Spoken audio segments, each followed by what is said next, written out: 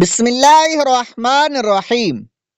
ماہ شعبان کے فضائل اور اعمال۔ اہل بیت اطہار کے روشن چراغ حضرت امام جعفر صادق رحمت اللہ علیہ نے فرمایا، جو کوئی شعبان المعظم میں روزانہ 700 مرتبہ درود پاک پڑھے گا، اللہ کریم کچھ فرشتے مقرر فرما دے گا جو اس درود پاک کو رسول اللہ صلی اللہ تعالی علیہ وآلہ وسلم کی بارگاہ میں پہنچائیں گے۔ اس سے رسول اللہ صلی اللہ تعالی علیہ وآلہ وسلم کی روح مبارک خوش ہوگی۔ پھر اللہ پاک ان فرشتوں کو حکم دے گا کہ اس درود پڑھنے والے کے لیے قیامت تک دعائے مغفرت کرتے رہو۔ یہ روایت القول البدی صفحہ نمبر 395 پر ہے۔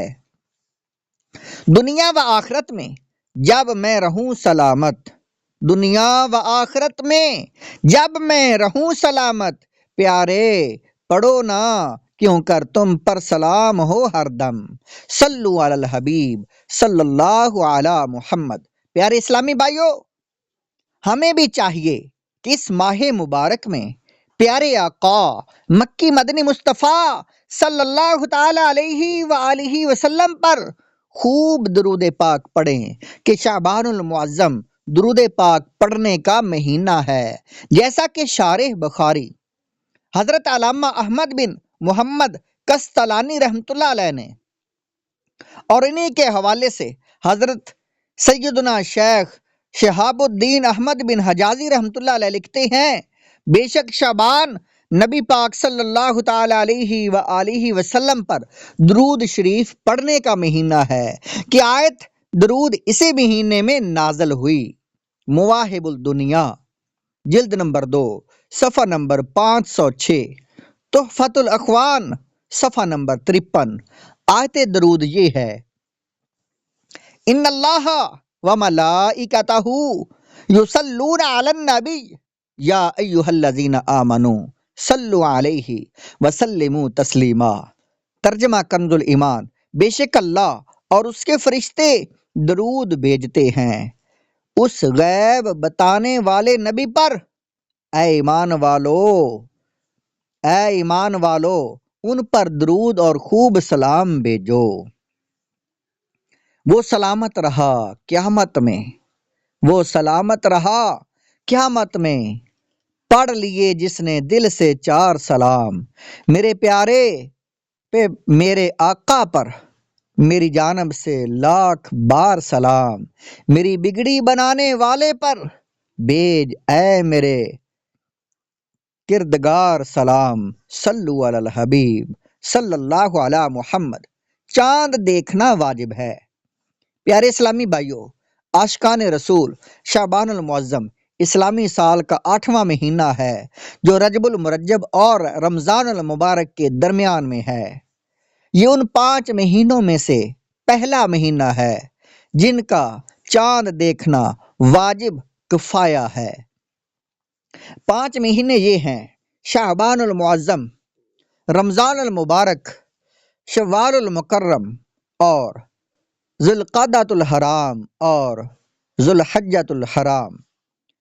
یہ 5 مہینے ایسے ہیں جن کا چاند دیکھنا واجب ہے، کفایہ ہے، یعنی اگر کسی نے دیکھ لیا تو سب سے واجب اتر جاتا ہے۔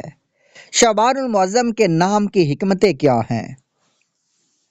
شعبان شعبن سے بنا ہے جس کے معنی ہے گھاٹی، چونکہ اس مہینے میں خیر و برکت کا عمومی نزول ہوتا ہے، اس لیے اسے شعبان کہا جاتا ہے۔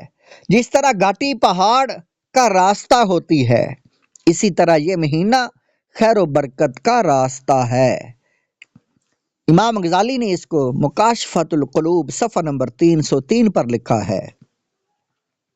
رسول اللہ صلی اللہ تعالی علیہ وآلہ وسلم نے ارشاد فرمایا، انما سمی شعبان لأنہ ینشعب فیہ خیر کثیر للصائم فیہ حتی یدخل الجنہ، یعنی اس مہینے کو شعبان اس لیے کہا جاتا ہے کہ اس میں روزہ رکھنے والے کے لیے بہت سی بھلائیاں شاخوں کی طرح پھوٹتی ہیں، یہاں تک کہ وہ جنت میں جا پہنچتا ہے۔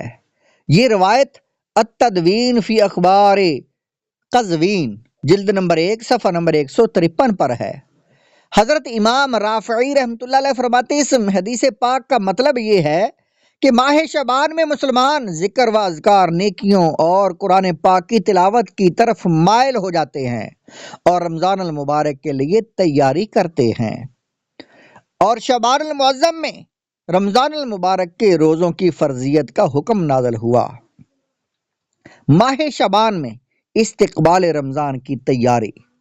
پیارے اسلامی بھائیوں، شعبان کا مہینہ چونکہ رمضان سے پہلے آتا ہے، لہٰذا جس طرح ماہ رمضان میں روزے اور تلاوت قرآن کا حکم ہے، اسی طرح ماہ شعبان میں بھی اس کی بڑی اہمیت ہے کہ روزے رکھے جائیں اور تلاوت قرآن کی جائے تاکہ استقبال رمضان کی تیاری ہو جائے اور نفس کو عبادت کی عادت ہو جائے۔